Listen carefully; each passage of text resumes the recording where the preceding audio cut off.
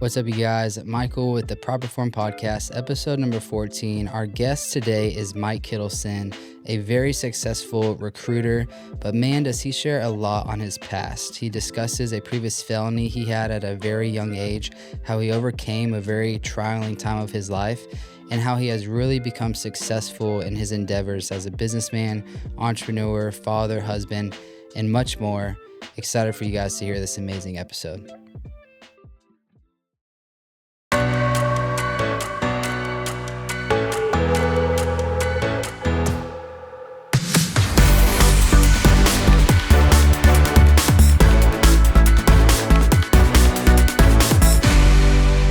What's up, you guys? Michael Streight here with the Proper Form Podcast, episode number 15. This is season 2, and goodness, I actually am kind of blanking on what episode it is of season 2, but totally is episode 15. Excited for this. I've actually got a good, I would consider friend and mentor. Hey, yo, drop in the water. That's okay.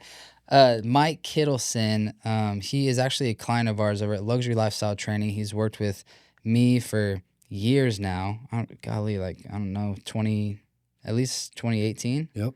Like 6 years plus almost. We've got a lot of history together. I've learned a lot of wisdom, a lot of dad jokes, and a lot of other jokes that I probably won't share here with Mike. Man, thanks for being here today. Man, absolutely. I really appreciate you having me.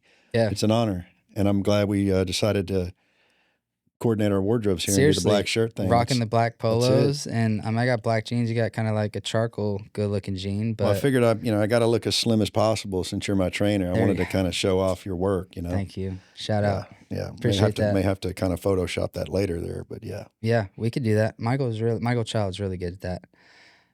But man, so we're gonna kind of adjust a little bit of kind of the layout with the podcast. We want to kind of get right into some really cool things that a lot of our guests just have a lot of wisdom and value, experience, failures and successes in. And Mike has a pretty amazing story. Mike doesn't look probably as old as he is. 57? 55. 55. Gosh, I'm sorry. Yeah, the speed limit back in the 1980s. There you go. Yeah, so 55 and looking shredded. I'm definitely hoping that I look in still in as good a shape as you when I'm 55. That is a compliment. Not back to me, but to your work ethic and your drive. Well, you definitely participated in helping me stay in shape. So yes, thank you. And we've talked about training age. Training age is like, even though you might have someone that's 6 years old or 10-year-old, how long have they been working out? Your training age is, even though you're 55, you've really been working out like your whole life, right? Yes. Yeah. Basically since about age of 12, 13. Yep. So there's just kind of a lifestyle. It's not a temporary thing. It's just sort of a part of life, like eating and drinking water and eating and sleeping. Working out's just kind of what it is now. Yeah. You know? There's validity in just your consistency in that. Absolutely. And so that helps obviously play a role in your physique, your appearance, your strength, your consistency with your working out, your lifestyle. So your confidence, your attitude, your drive. I really think it's important not to plug that, but I will because it's true. I'm fully convinced that, it's kind of like Newton's third law of motion, which for any scientists out there, I'm probably about to mess this up, but it's an object at rest stays at rest, and an object in motion stays in motion. So if you continue to move around, you continue to work out, you continue to take care of yourself, all you're doing is increasing your activity to do more and more of that. So if you're going to be productive in anything in life, I feel like you got to keep that brain and body moving because it's built to move. It's not built to sit. Amen. For sure. Yeah, we've got a lot of clientele that is of an older demographic. I'm not referring to you in this sector, but that is getting closer to retirement. And, they're thinking about retiring. And one of my other clients in the gym says, well, even if you retire, you still got to have purpose. Like, what's your purpose even post-retiring? And that could be investing into your kids or your grandkids or helping, for my dad, for example, retiring soon, assisting and helping alongside me with his wisdom and business as I build my businesses. So I think there's a lot of value there too. 100%. Actually, you're right. I think the purpose thing is really important because, there's this is a quote from a guy named Mark Batterson, who I really like. He's a pastor, and he's written a lot of books, but this particular quote I've never forgotten. And it's, the purpose of life is not to arrive safely at death. So I feel like a lot of people work to retire, and then when they hit that, they don't know what to do with themselves, Yeah. and there's no retirement in the Bible. There's Mm. no retirement age. Countries have retirement ages, but in the end, you really should never retire from life. You should have a purpose and a plan and something that you're passionate about until the day you die, Yeah. whatever that is. And I play a game with people all the time on this. I'm like, if you woke up tomorrow and you had $100 million in your bank account, and that's an arbitrary number, it could be less, but let's go big. Yeah. What would you do today? Because whatever that is probably what you should be doing today. Mm. Because if you're only chasing money, in the end, you're probably not going to be as happy when you get it. But if you're chasing something you really love, and you're doing what you feel is energizing you, you're going to be able to do that, the rest of your life. Yeah. I've never seen anybody great at something they hated. Yeah. Never. So That's awesome. yeah. Man, speaking about kind of going all in on some stuff and kind of really pivoting to the younger Mike Kittleson, something that you got at a lot younger age, I would love for you to share more on, is how you kind of got a felony at a younger age and kind of what happened there. How did that possibly define some of the self-identity that you put onto yourself, or how did it help shift a lot of your kind of experience and drive into your career, which I would like to talk after you share a little bit. Yeah, absolutely. I'll start by saying that and this is true with all of us. And again, I'm 55, and this happened when I was 19. I was actually 18. The felony conviction Yeah. was when I was 19. But if you look at your life and you look back and say, man, these are the hardest times and these were the worst things that ever happened to me, those double as the greatest things that ever happened to you.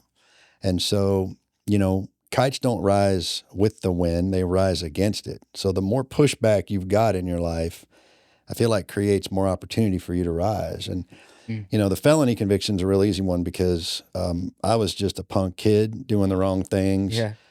Partying, got a girl pregnant in high school. She dropped out in the 10th grade, moved in with me and my family in a really 1,500 square foot house that we didn't have any room anyway. I'm now a total failure because I've gotten a girl pregnant in high school. And my dad, I had plans to go to the Navy and had plans to do all these things and go to college. And then to add insult to injury, that I get out of high school. I graduate high school with a 2-month-old in my hand. My graduation picture and my cap and gown is my oldest daughter, Ashley, who's awesome, now amazing. But then, oh my God, my life is over. You were a kid with a kid. Yeah, I'm a kid with a kid, which that's enough of a setback, in most people's opinion, in mine at that time too.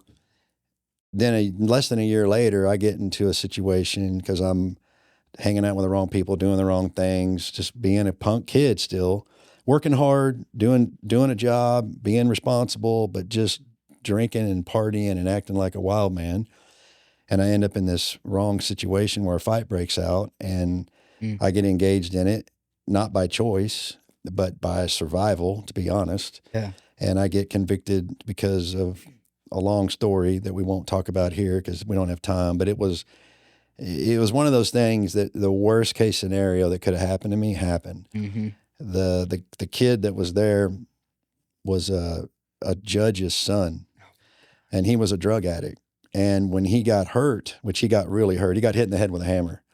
He went to the hospital, and he almost died because of his detox, not because of the injury. And a lot of bad stuff happened on that. But I got aggravated assault, and I served 10 years probation, and that all happened in a year time frame when I had just gotten a girl pregnant, just graduated high school. Now I got a felony conviction. So, that closes a lot of doors. That closes the door to the military. That closes the door to a lot of jobs. And, today's a little different. Back in 1988, when this happened, getting a job with a felon, you might as well have had leprosy. and Mm. people treated you Yeah. different. They did. Nowadays, you're like, oh, you're a felon, okay, I'm a felon too, It's like not that way then. So You had a lot of cards stacked against yeah, I you. did, and I stacked them against myself. I'm not the guy that blames anybody for my mistakes. They were my mistakes, Mm. and I owned it even then. I wasn't an entitled. Entitlement wasn't a word in the '80s, by the way, but it just I wasn't that guy. I took full responsibility. I got 2 jobs. We lived in a crappy apartment, so I tried to find something to do Yeah. because I had a job when I got the felony. I worked at a compact disc manufacturer. Those aren't even a thing anymore, but they were brand new then.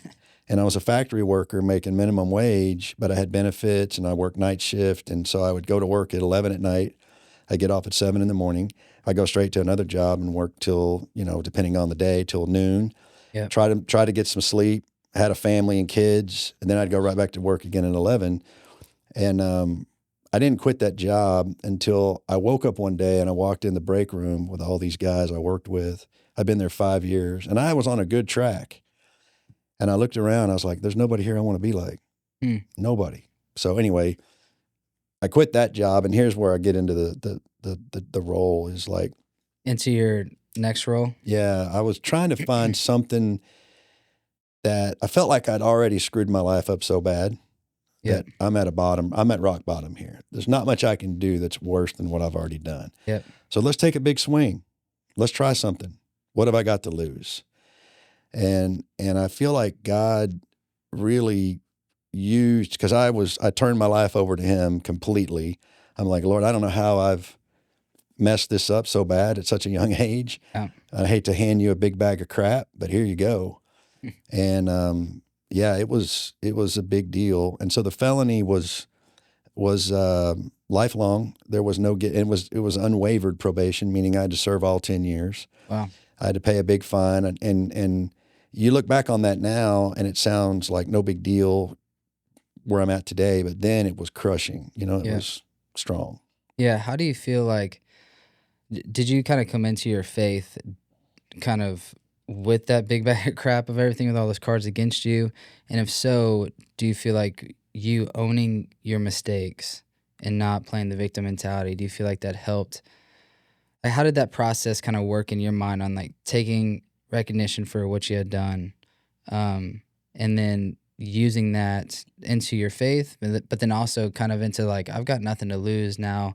I'm gonna go try to do something else that's actually fulfilling. That's great. Great question. I actually got, this is not, this is going to not flow with most churches and the way things go with a believer, but I got saved before I did any of that. Yeah. I got a girl pregnant. Then I went to church. I didn't grow up in church, but I grew up with great parents who loved people and modeled really good living and just honest, true, caring. But we never really were in church. And I went to church after having, there's a picture of me with a short sleeve dress shirt on and a tie. That's a really stupid look, by the way. But I'm standing there with my pregnant wife or pregnant girlfriend who's almost about to pop. And we went to church. And I got saved that day. I went down front, had a bunch of dudes lay hands on me. I was all freaked out, like, what's going on here? But then I backslid right back into the world. But the difference is God then, I look back on it now, He had a hold of me then. And I made all these bad choices. But the cool thing about God is He has a way to do something no one else can.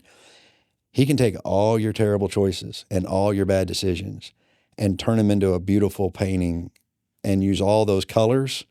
See, without my felony, He wouldn't have that color. Without me getting this girl pregnant, He wouldn't have that color. I feel like all those choices I made that were bad were on me, but God used them for my good and in the end, His glory. So, I wouldn't be here today. I'm telling you, I would not be anywhere near where I'm at today, not even close, if I didn't have that felony conviction. That changed my life. I couldn't be like all my buddies. I couldn't just go get those jobs and work for the city and work for, all those things that were just normal. I couldn't do. So I had to find another path. And I was reading the paper one day. I had a job. I was reading the paper. That's how you find a job, by the way, in the 80s. No internet, no email, nothing. I'm reading the paper, and I read the paper every week. I looked for jobs every week. And I found one, and I called him, and it was a recruiter. which I didn't even know what that was. And they said, come in and we want to talk to you. And I'm like, great. So I come in and they meet me and I'm thinking they're going to help me find a job. And they go, would you like to join us? And I'm like, it's straight commission, right? And they're like, yeah. And I said, well, I'm already broke. I already make no money. Yeah, I'm making little nothing and you want me to make zero. Yeah. And they're like, yeah, but we think you'd be good at this. I'm like, you're on. I mean, I'm shortening it, of course, but I took the job. They never asked me if I was a felon. I never had to fill out anything. I didn't have to lie about it because I didn't lie. When I filled out applications, Yeah.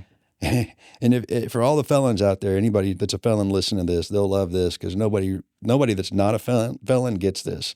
When you're filling out a job application, it says, have you been convicted of a felony? Please explain. It gives you one line. You can't explain anything in one line. Yeah. So anyway, they hired me, and I'll never forget. I got hired in February 12th of 1995. Wow. You weren't even born, were you? I was 3. Okay. Yeah. Yep. I was born in 92. Yeah, and I'm 25 years old. I'm not proud to say this, but I was on my second wife at that point because my first wife and I got married and got her pregnant, and that didn't work out. And we were together 4 years, and unfortunately departed that. And, here I am, 25 years old, marriage number 2, felony number 1, and it's not a good resume, But the thing I think I had then that a lot of people didn't have, and I look back on it, was I was already pretty durable because I'd already been through a lot. And I didn't calloused. Like I was hard to kill at that point, because I'm like, what are you going to do to me? Like, what's really going to happen here that's going to be worse? I got a pretty high watermark of bad shit already. Yeah. So what are you going to do? So it gives you a little bit of take some risks. Yeah. Yeah. And the first year there, I was probably the worst. I was definitely not good at my job, but I hustled, worked hard, really invested all I had in it, because it was an air conditioned job that was during the week and I had to work on the weekend. So that was cool to me. Yeah. And then year number 2, and I have to tell you this story because this is a big one. And by the way, if you want me to just tell you this? Yeah. You got a question? Come on. So February 12th of 95, I started, and I told my wife, I'm like, we're going to start tithing now. We have no money, but there's only one place in the Bible, only one, where God says to test me. A lot of places he says, don't test me. But Malachi chapter 3, verses 10, and it's the last book of the Old Testament, and I'll never forget it because I've quoted it and I've memorized it. It's bring the tithe into the storehouse that there may be food in my house, which is bring 1/10 of your income to, and our storehouse is the church today, right?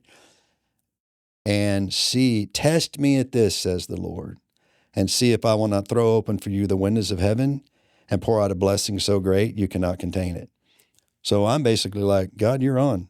I have this right now. So if I fall, I go to here. Yeah. And I have been tithing since that day. Now here's the story. And I really believe this is part of the success. And I know it's not some business cool thing, but it's true. I started tithing and I made less than $20,000 my first year there. I was raising a family on that. Yep. And living in a trailer house and driving an old beat up truck. My tithe in 1996 was more than I earned in 1995. Wow. That's God. Yep. I made $212,000 in 1996. 1 year later. 1 year later. And my tithe was $20,000 or more. Yeah. So God showed me quickly, he keeps his word. And it's not a math formula like that. It's just, that's what happened with me. Yeah. And, I also was the worst performer at my company the first year I was there. Mm-hmm.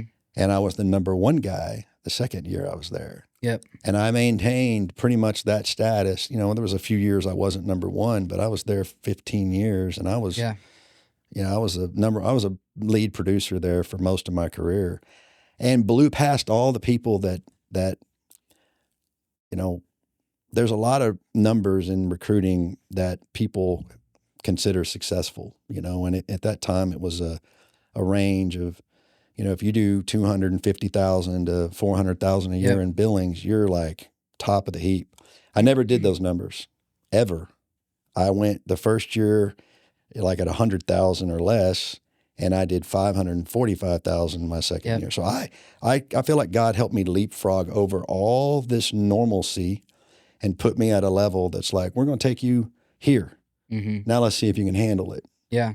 Would you consider that? We've talked about it a lot. We talk about it a lot when we work out. The BHAG, the big, hairy, audacious goal. Yep. Were you kind of in that mindset during that time of like when you reached that over 500,000, you kind of skyrocketed past even what people defined as success then? Were you familiar with the BHAG? Did you kind of use that model to set it?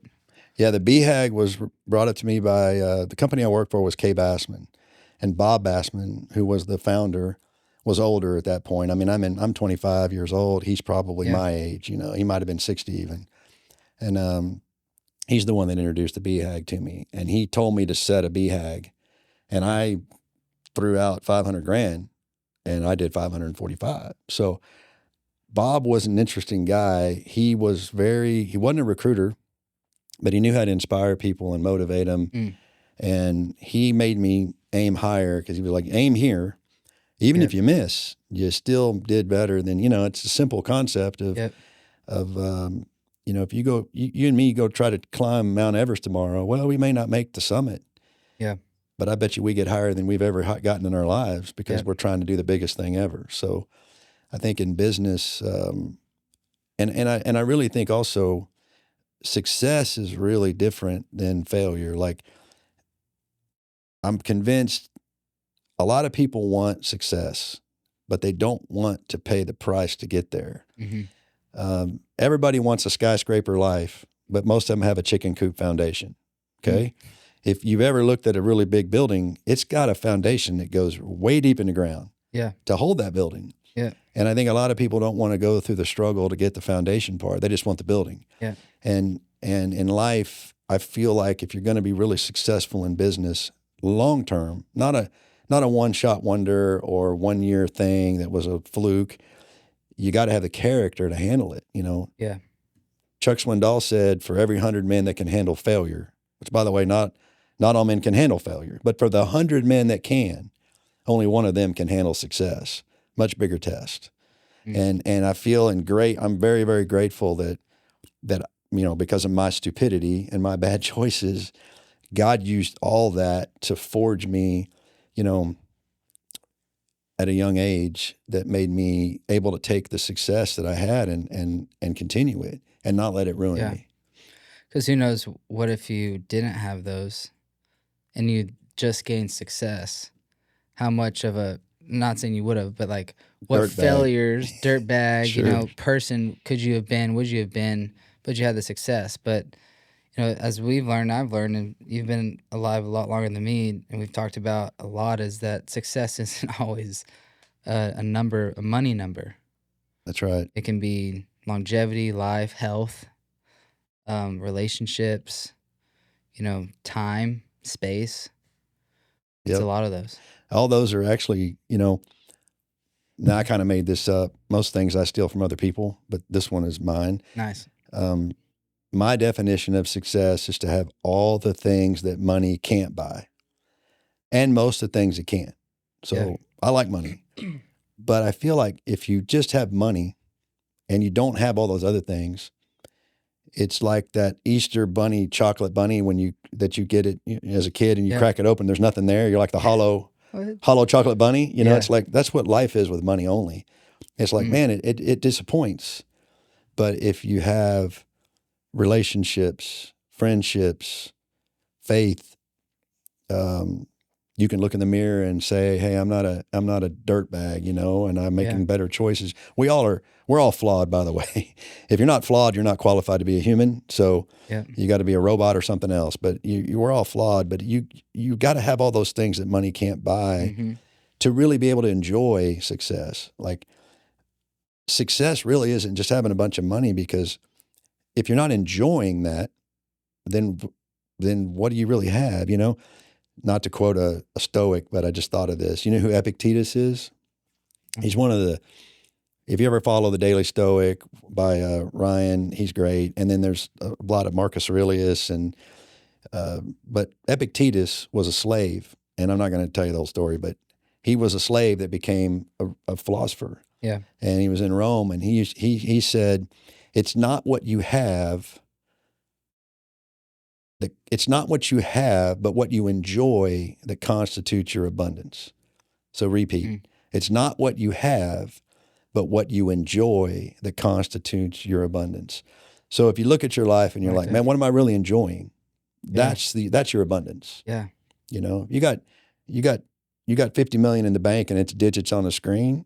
I'm not saying you're bad shape, but are you enjoying that? Yeah. You know, and back to Mark Batterson, he said, and I learned all these things. I took all these things as a young guy, and I've tried to practice them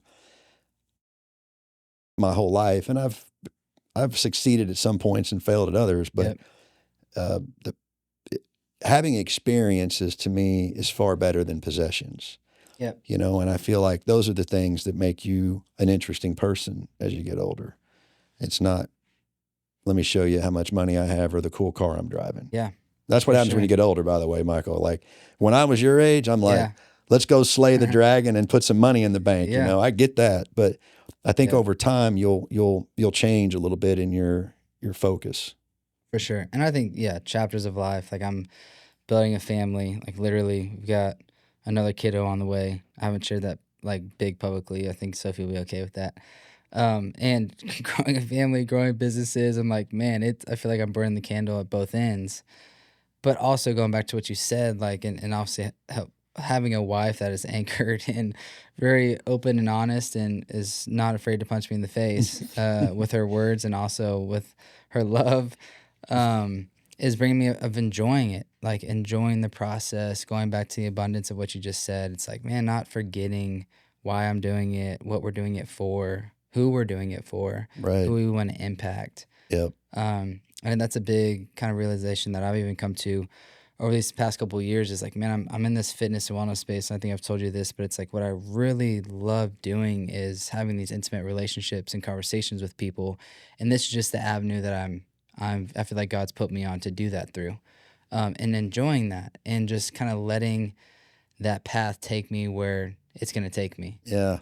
Um, You're unique, man. I mean, I know this isn't about bragging on you for your podcast here, but I'm going to tell you, like you're an entrepreneur at heart, and you're always looking for what can I do better? What can I improve on? You're pushing the limits of an industry. Honestly, that's a tough one to, yeah, to do that with. And you've done a really good job, I think. And I'm excited. I believe in you, and I really believe you're gonna achieve greater than you even realize today because of your motive is right. You know, your intention is good and your focus is on the right things. You know, you're not yeah, out there just trying to hustle a buck. You're out yeah, there trying to really help people. And I yeah, feel like, that makes all the difference in the world, yeah. Uh, Not every idea is a great idea, but the thought, the true meaning behind trying to create it and bring it to life is there. And like you said, like I'm not just trying to just throw spaghetti and continue to see what sticks, but really seeing like I think there's a lot going back to you working through and owning your mistakes and owning, how then God's reformed those and brought redemption to them.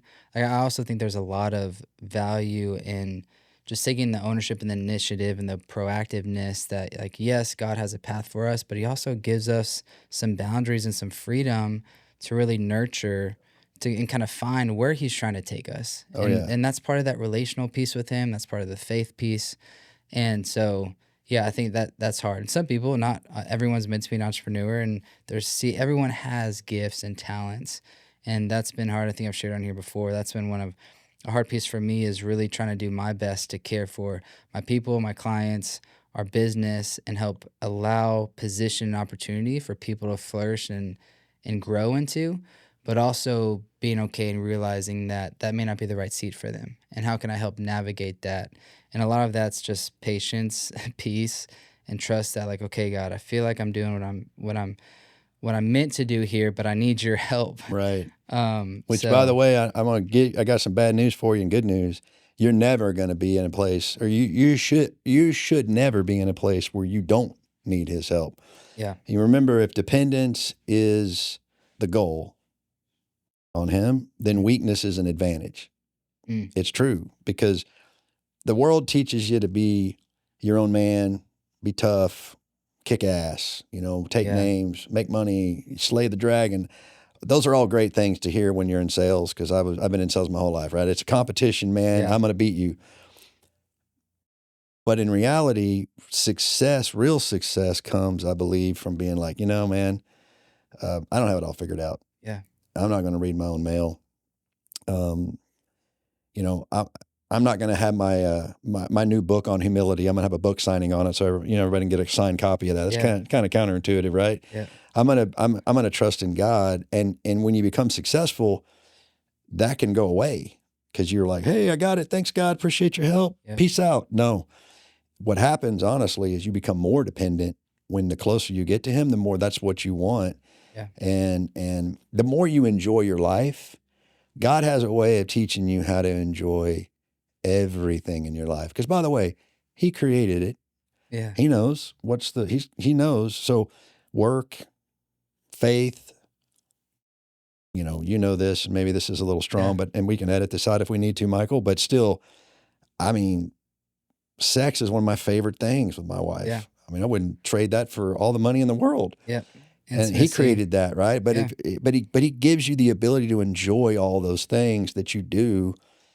And I feel like that's the real life of it. It's not the end game of getting to a certain place. Yeah. It's the process of enjoying it along the way. And that's what I'm trying to do a better job of as I get older, because I'm not quite in the 2-minute warning of the game, but I'm probably at least in the top of the fourth quarter, Yeah. let's say, Yeah. Hey, dude, hopefully you maybe, still got, maybe middle of the third quarter. Let's go there. yeah. Yeah. I mean, Lord willing, gosh, dude, like you still got 35, 40 more years. That'd be crazy. Well, there's a chance, if things go well. I got a granddaughter who started college in May.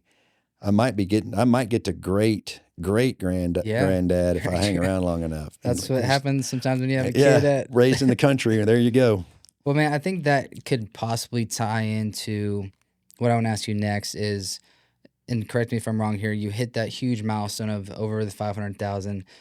Didn't the next year you hit even bigger than that? Like you almost, is that right? Oh yeah. But then after that, I don't know the exact years, but you now have your own recruiting firm that is very successful. It's boutique, it's small, but man, it's got some punches and does a really good job. So could you tie in, what'd you do that next year after you hit the 500? And then what kind of led you to starting your own firm and kind of writing your path Deal. there? That's great, man. That's great. Yeah. So, second year did 540, which in 1996 was a lot. Yeah. I mean, and then the following year did right at $1 million. That's crazy. So, by yourself? Well, no, I had people now. I started hiring people at the company. I worked for K. Bassman, and I had a couple people working with me. I started to grow a little team because I needed the help. Yeah. And then went really the scale of it, and this is great for anybody to hear, is the scale went from 500, which was already big. Now, I could have said, man, woof, we made it. I'm good. Yeah. And that's that level of the mountain that I could have hung around on and been just fine. But that wasn't the plan. And so the next year did $1 million, which was a big leap. I mean, a huge leap. Huge. And then did, don't know the exact numbers, but it was somewhere between like $1.2 million and $2 million for the next 10 years in a row. Wow. And, that had never been done at the company I worked for. I'm sure now they've done it multiple times, but at that time it had not. Yeah. And so everybody thought at one point, they're like, hey, you got the secret sauce? I'm like, no, man, I don't.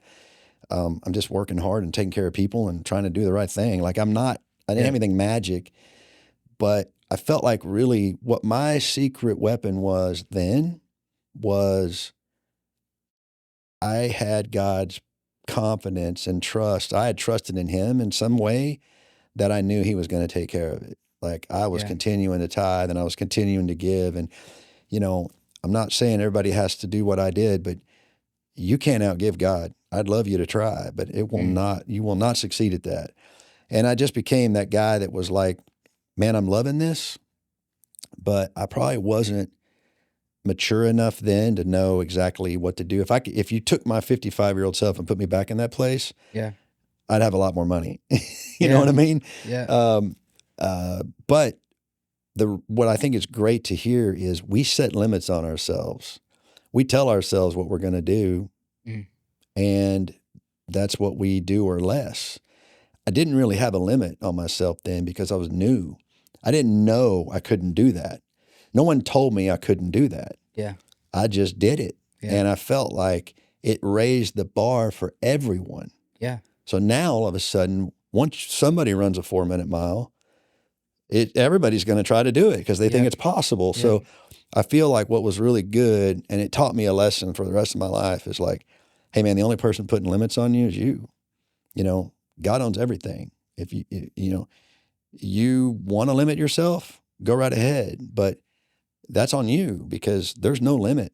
There's no Yeah. limit to your enjoyment of life. There's no limit to your success. There's no limit to your ability to do so many different things. Yep. Your character, though, has to be able to handle your success. So that's where I feel like I've been praying and always been like, Lord, don't let me get so good at anything to where I feel like I don't need you and I turn into Yeah. a bag, because it can Yeah. happen. Yeah. And I don't want that to happen. So I feel like the scaling of it for anybody listening that's in sales or trying to start a new job or is trying to figure out their lives on, man, they're just barely getting by, and I promise you're looking at your life through a lens of all I need is this and I'll be okay. Mm. And I'd say, scratch that. Quit trying to get the next closest thing to make life okay.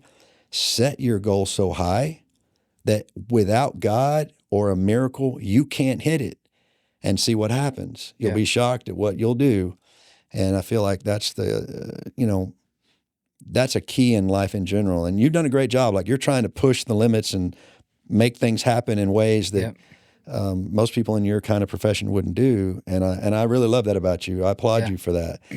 And I think in my business, I've been doing it 29 years now, and I started my own company in 2010, Okay. which the market crashed in 2008. You might have been in high school when that happened. I was. And your Yeah. dad, your dad and mom probably didn't tell you about it, right? You just kind of lived through it. Yeah.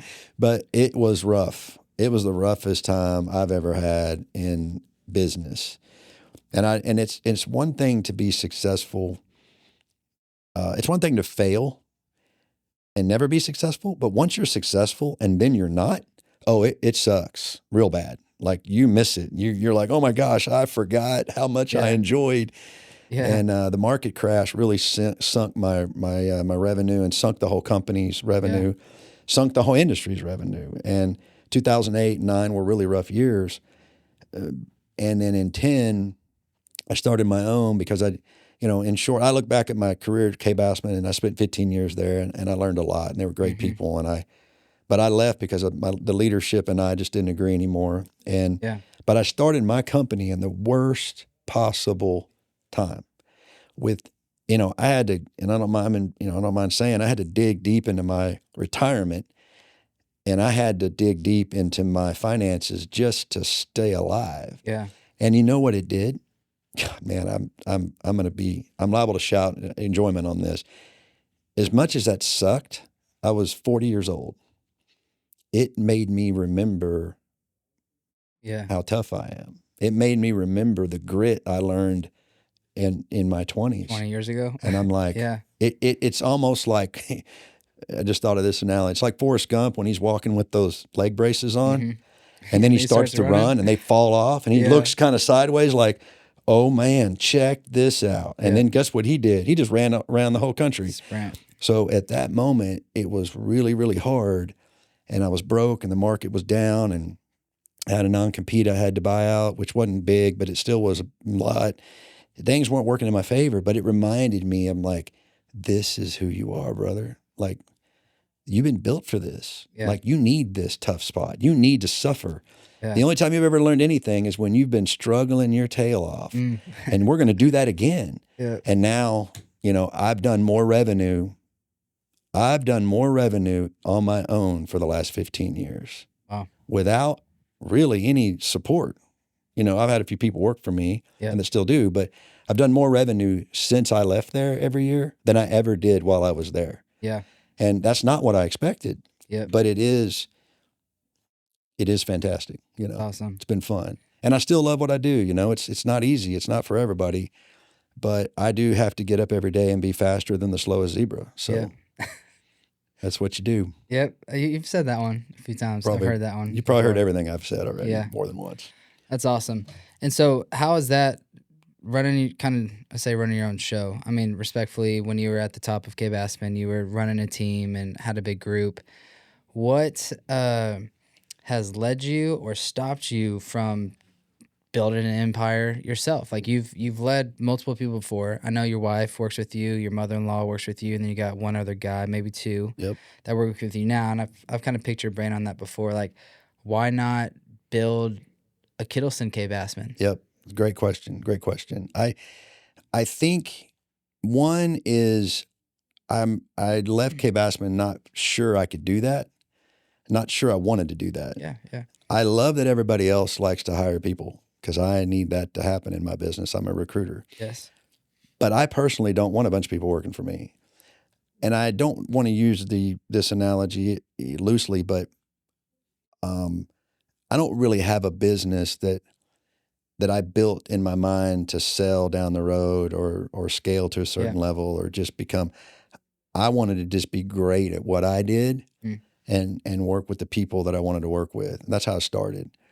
And it's still relatively that same size. I do have a guy work for me who's great, and I got my daughter working for me, and it's family business seems, but I don't think I wanted that because I knew I wouldn't enjoy it as much as and my ego would enjoy it, and I may make more money, but I didn't think I'd really like it as much as me being in the game. I like being in the middle of the deal. Yeah. And I honestly can say that I'm really, really good at it, you know, because I got 29 years experience at it now, but I really enjoy it still. And I think if I didn't enjoy that, I'd have built something different. I would have I'd have built it so I don't have to do it.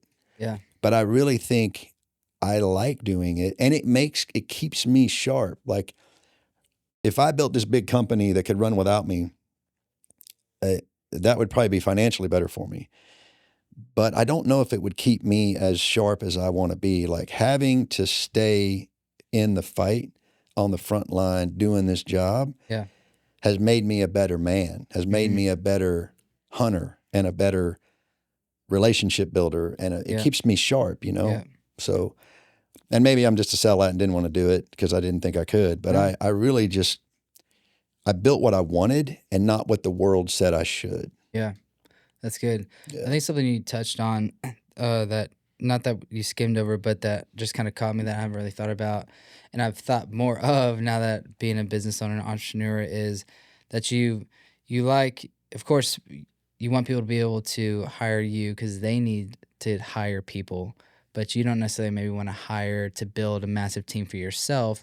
And I think I've never really thought about this until now being a business owner, is that you don't have to have a team to work with people. The goal is to have some sort of product or service that clients are purchasing or doing. And something I just touched on that like has really come to life for me is like, man, I love the relational piece. Yeah, I love the relationships with my team, but my ongoing conversations with the clients I see every day are what really kind of brings that consistent life and excitement and, you know, like just peace and like that sharpness that you kind of talked about. So it's like you're still making a big impact with people, but it's in the realm of being in the deals, working with the clients. Yeah. And like in that way. I still get juice out of doing that. Yeah. And I think if I didn't, I'd do something different.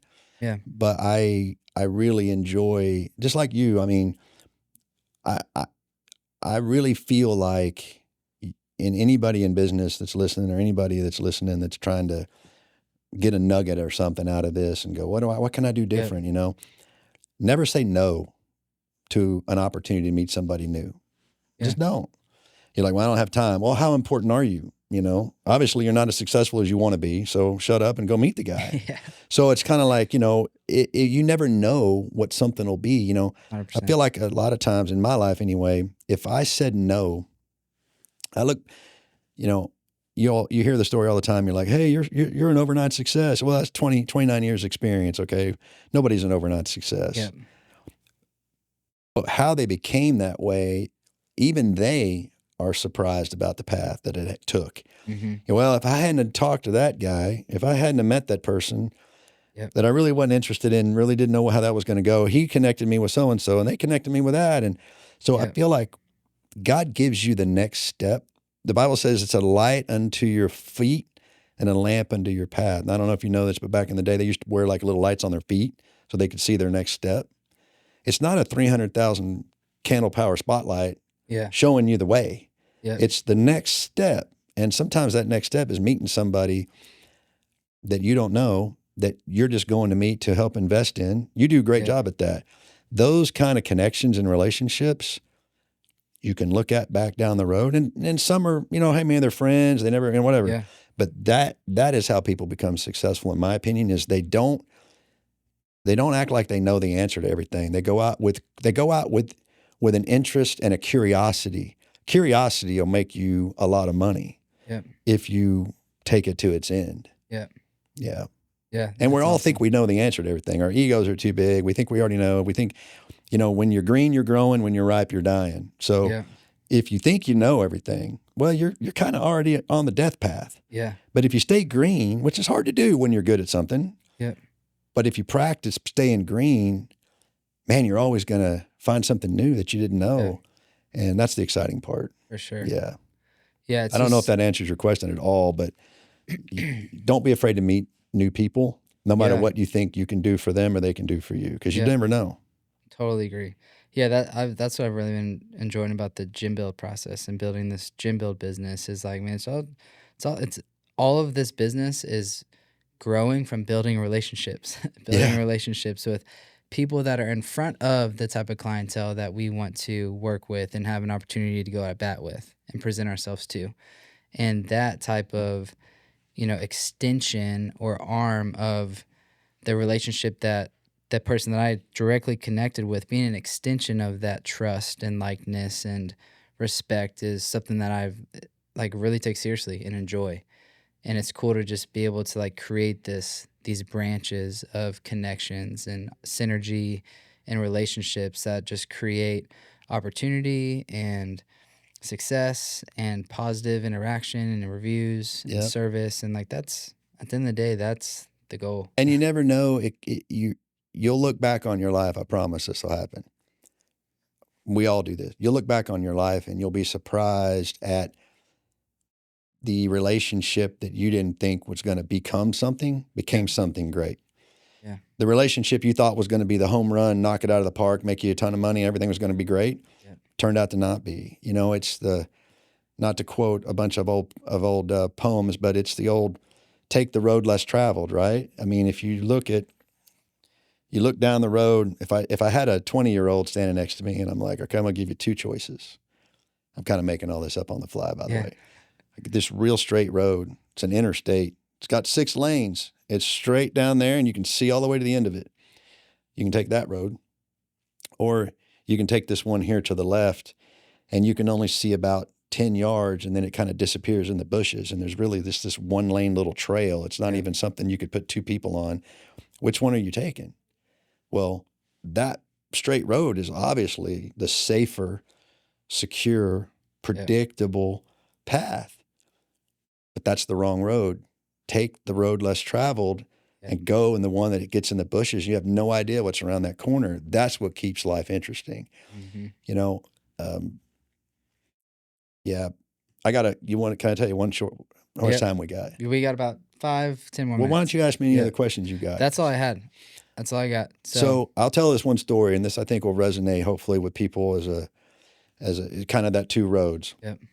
I got a couple friend of ours, and I won't mention the names or anything, but my wife's been friends with these people for, since she was in school, and the husbands and I are friends, and, he's an engineer and he's a really good guy. But we were drinking one night at his house, and he was looking at me. He might have had more than me that particular night. And he's looking at me sideways, and I'm like, "What's wrong?" He goes, "Man, it's just not fair." Okay. I go, "What's not fair?" He goes, He pointed to my wife in there. He's like, "You got that, and you didn't graduate college, and you don't have a degree, and you've made all these crazy decisions, and look where you're at." Yeah. And I go, "Man," and he may have said it in a bit of an envious way, that he was upset about his own life, right? Yep. And I'm like, "Well, first of all, man, whoever told you life was fair is wrong. There's nothing fair about it. Fair is that's not even in the discussion." Yeah. The differences are, I took a lot of risks that you didn't take. You did exactly what you set out to do. Mm-hmm. You got your degree, you got a great job, you went exactly down the path you set, and you succeeded at it. And you should be blessed and thankful for that. I could be face down in the ditch, a heroin addict, and then you wouldn't want to trade places with me at all. Yep. I could have just as easily been that as I am where I'm at. And that's a risk. So I feel like if you're looking at your life and you're not happy where you are, you're not taking enough risks.